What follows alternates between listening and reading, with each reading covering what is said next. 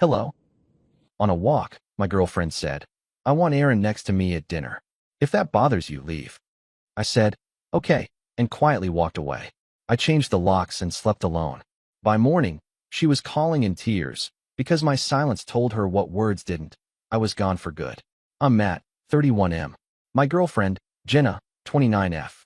We'd been together a little over 3 years, living together for one. This happened last Saturday. We were walking back from a coffee place near our apartment. One of those slow, nothing walks where you talk about random stuff. Work gossip.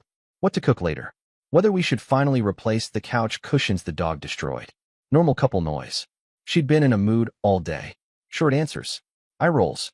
That sharp edge she gets when she's annoyed but wants you to ask why so she can accuse you of starting something. We were halfway down Maple Street when she brought up dinner that night. Her friend group was meeting at this overpriced tapas place downtown. I already knew Aaron would be there. Aaron is her coworker. The one she swears is basically family. The one who texts her memes at midnight and somehow always ends up sitting next to her. I didn't even object. I just said, hey, last time it felt kind of weird. You and Aaron barely talked to anyone else. She stopped walking, turned to me like I'd said something offensive. Then she said it. Calm, flat, almost bored. I want Aaron next to me at dinner. If that bothers you, leave. Now we can talk about it. Not your overthinking. Just a clean ultimatum dropped on the sidewalk like it was nothing. People were walking their dogs around us. A couple passed by laughing. The world didn't pause the way it felt like it should have. I looked at her for a second, waiting for the follow-up. The smirk. The I'm kidding. It didn't come. She crossed her arms like she'd already won. So I said, okay. That threw her off. Just for a moment. She blinked and scoffed. You're being dramatic. I didn't argue. Didn't raise my voice. I just turned around and walked home alone. At the time, she probably thought I meant I was leaving the conversation. Or the walk. She didn't realize I meant everything else. Not yet. When I got back to the apartment, it was quiet in that heavy, hollow way that only shared spaces have when one person isn't home yet. I stood in the entryway longer than I needed to, keys still in my hand, listening to nothing. This wasn't the first time Jenna had said something like that. It was the first time she said it so cleanly. No sugar. No humor. Just a rule. I sat on the edge of the couch and replayed the moment on Maple Street. The way she didn't even sound angry. The way she'd already decided my discomfort was irrelevant. That's the part that stuck. I checked my phone. No texts. No, are you okay? No, I didn't mean it like that. Just silence. So I started paying attention to details instead of feelings. Practical things. The lease was in my name. The internet, too. Utilities. I'd insisted on that when we moved in because her credit was a mess at the time. Her words, not mine. I went into the bedroom. Her side of the closet was chaos. Dresses crammed together, shoes scattered. My side was neat, boring, predictable. That difference used to be funny. Suddenly, it felt symbolic. I packed a small overnight bag. Not because I planned to leave forever. Not yet.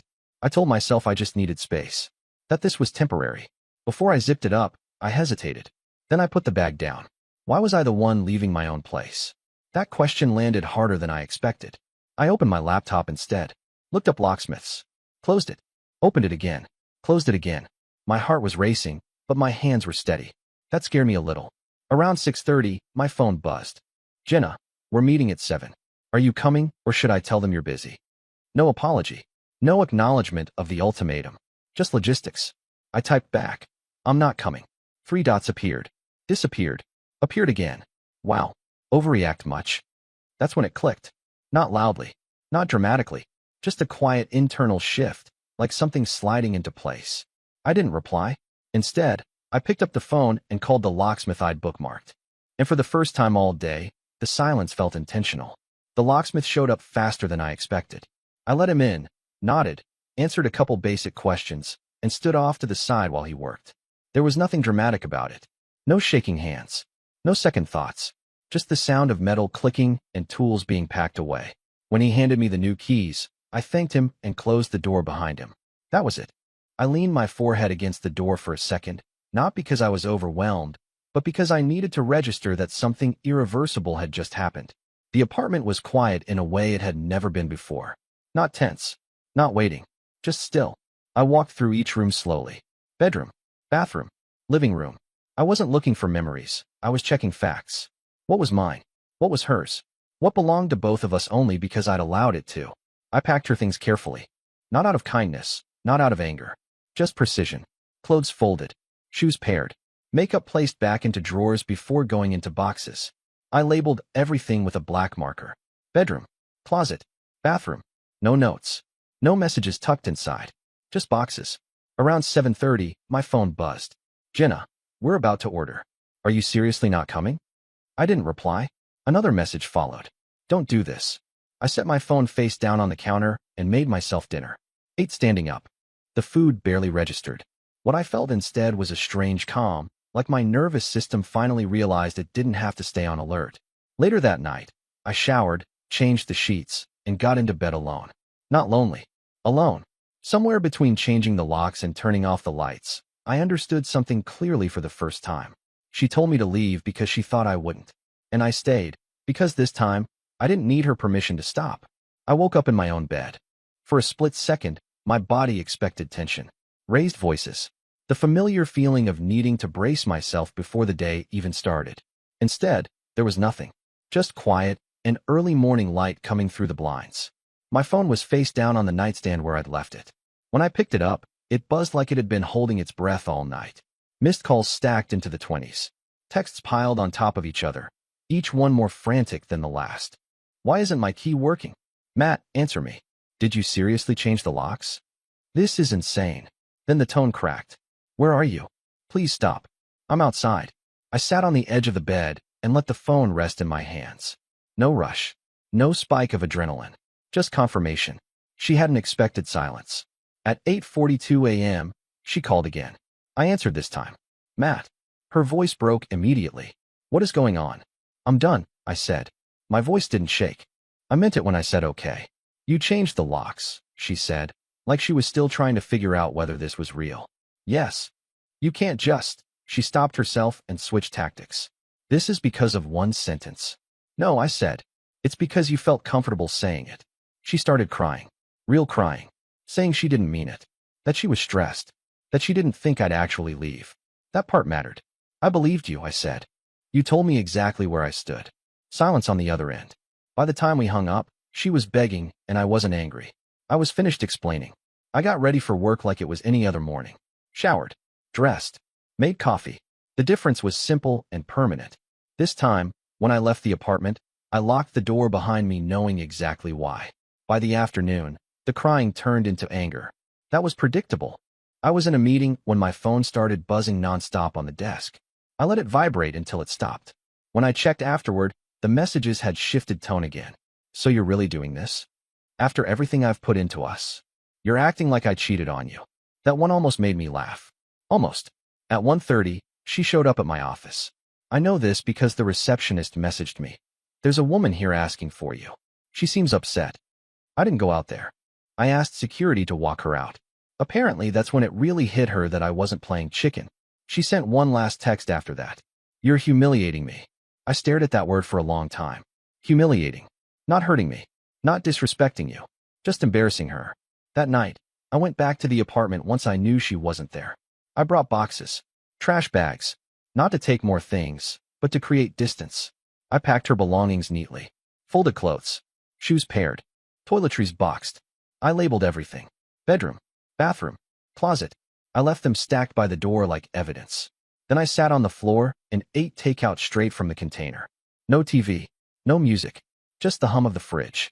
At 11:42 p.m., she called again. I didn't answer. Instead, I texted one sentence. Your things are packed. I'll coordinate pickup. The reply came instantly. You're really choosing this. I didn't respond. Because that's the lie people tell themselves when consequences arrive. That someone else chose the ending, instead of simply stopping themselves from being quietly erased. I slept in my own bed that night. Alone. Door locked. Apartment silent. For the first time in months, the silence didn't feel like tension. It felt like relief. By morning, the narrative had shifted again. It always does when someone realizes they're losing control. Jenna showed up at the apartment while I was at work. I know because my neighbor texted me asking if everything was okay. Said she heard crying in the hallway. Apparently Jenna had been sitting on the floor outside the door, back against the wall, phone in her hand like it might save her if she held it tightly enough. She left before I got home. When I did come back, there was a note taped to the door. Not slipped under. Taped. like she wanted it to be seen by anyone passing by. I never thought you'd actually abandon me. I peeled it off and folded it once, twice, put it in the junk drawer without rereading it. Around 8 p.m., she finally texted something different. Can we please talk in person? No fighting, just talk.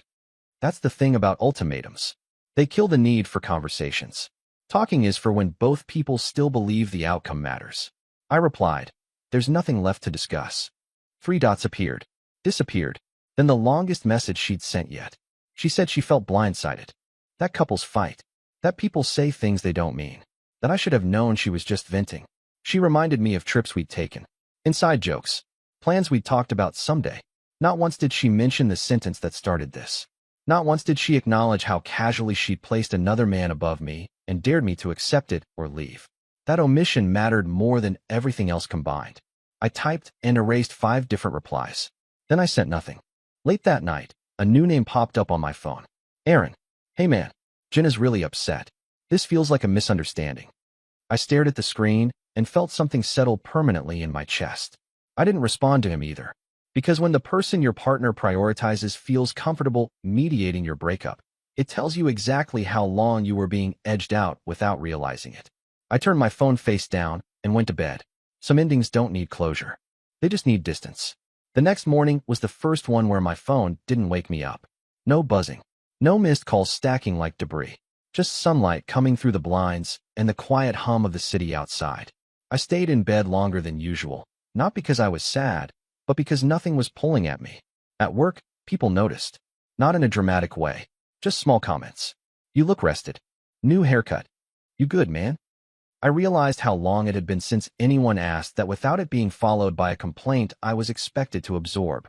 Around noon, Jenna emailed me. Not texted. Emailed. Like we were suddenly professionals negotiating a merger. She apologized again.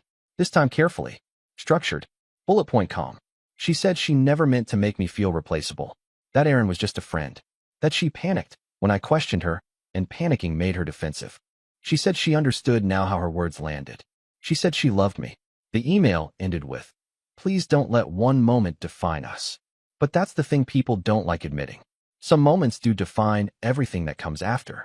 That sentence on Maple Street didn't come from nowhere. It came from comfort. From knowing she could say it, and I'd swallow it like I always had. From believing I was stable enough to be taken for granted. I replied with 1 paragraph. I told her I wasn't angry. That I didn't hate her. That I believed she loved me in the way she knew how. But I also told her I wouldn't stay in a relationship where my presence was conditional on my silence. I wished her well. I meant it. She didn't reply. That evening, I met my friend Leo for a beer. I hadn't told many people what happened yet. I gave him the short version. He listened, nodded, didn't interrupt. Then he said, man, that wasn't about dinner. No, I said. It really wasn't. On the walk home, I passed Maple Street. Same cracked sidewalk. Same trees. Same spot where she'd stopped and crossed her arms. I didn't feel angry standing there. I felt grateful. Because some people only show you who they are when they think you won't leave. And some of us only learn who we are the moment we do. 2 days later, Jenna came to pick up her things. I wasn't home. That was intentional. I arranged for my sister to be there instead. Neutral presence. No emotions to negotiate with. No history to weaponize. Just logistics. From what my sister told me later, Jenna showed up confident at first. Sunglasses on. Chin up. Like she still thought this was reversible if she handled it right. That didn't last. She asked if I was really not coming. My sister said no. That the boxes were labeled. That everything was accounted for. That she had 2 hours before the parking pass expired. Apparently Jenna sat on the couch for a while without touching anything. Just looking around like the apartment had rearranged itself out of spite. She cried eventually. Then she got mad. Then she cried again. At one point, she asked, did he say anything about me? My sister told her the truth. No. That, according to my sister, was the hardest part. Because anger still feels like connection. Silence doesn't. That night, Jenna posted a photo on Instagram. Black and white. Wine glass. Caption about choosing peace and knowing your worth. Comments full of hearts, and you deserve better energy from people who had no idea what actually happened. Aaron liked it within minutes. I didn't feel jealous. I didn't feel replaced. I felt confirmed. Later, Jenna texted me one last time. I hope one day you understand why I said what I said. I stared at it for a while before replying. I do. She didn't answer. And that was it. No dramatic showdown. No final apology. Just the slow realization settling in that the person who told me to leave never thought I would. By the end of the week, her side of the closet was empty.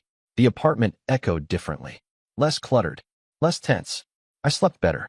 Not because I won, but because I stopped trying to earn a seat at a table where my absence was always an option. The weekend after everything settled was strangely quiet. No errands planned around someone else's mood. No waiting for texts that might change the day. Just time, unclaimed. I cleaned the apartment properly for the first time since we moved in. Not because it needed it, but because I wanted to see what it looked like without her fingerprints everywhere. I moved the couch. Took down the art she liked, but I never did. Put my books back on the shelf instead of stacking them in a corner to keep things minimal. It started to feel like mine again. On Sunday afternoon, I ran into one of Jenna's friends at the grocery store. She froze when she saw me, then gave me that tight smile people use when they've already heard a version of events. "I heard you and Jenna. You know?" she said carefully. "Yeah," I replied. She hesitated. "She's really hurting." I nodded. I believed that. That seemed to confuse her, like she expected me to defend myself or explain. Instead, she said, "She didn't think you'd actually walk away." I smiled, small and polite. Neither did I, until I did. Later that night, I found myself scrolling through old photos. Trips, birthdays, random Tuesdays on the couch. I didn't feel regret. I felt context. I saw how often I'd leaned in while she leaned away. How often I'd adjusted while she decided. How many times I'd swallowed discomfort because I didn't want to be that guy. The guy who asks for space. The guy who wants reassurance. The guy who doesn't want another man seated where he should be. Somewhere along the way, I confused patience with loyalty. Around midnight, my phone buzzed with a notification from an unknown number.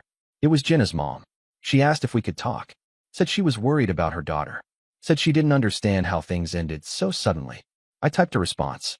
Deleted it. Then typed something simpler. It wasn't sudden for me. She didn't reply. I went to bed feeling lighter than I had in years. Not because I was free of Jenna, but because I was finally free of the version of myself that kept negotiating for basic respect. A week later, the quiet stopped feeling temporary.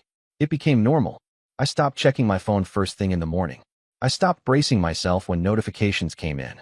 The apartment settled into a rhythm that didn't revolve around anticipating someone else's reactions. One evening, as I was washing dishes, I caught myself humming.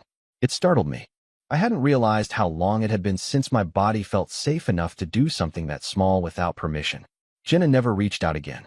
What I did hear, through mutual friends and secondhand conversations I didn't ask for, was that she was confused. That she kept saying she never meant for things to end. That she told people she thought I'd cool off and come back once I realized how dramatic I'd been.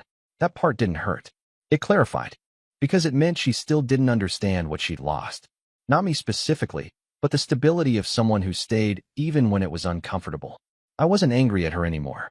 Anger requires energy. I didn't have any left for that. One night, I walked past Maple Street again. Same block. Same trees. Same stretch of sidewalk where everything changed. I stood there for a moment and realized something important. She didn't end the relationship when she told me to leave. I did, when I listened. Silence didn't punish her. Distance didn't teach her a lesson. They just explained the outcome. She learned that words matter. I learned that self-respect sounds quiet when you finally use it. And somewhere between that walk, the locked door, and sleeping alone in my own bed, I stopped being someone who waits to be chosen.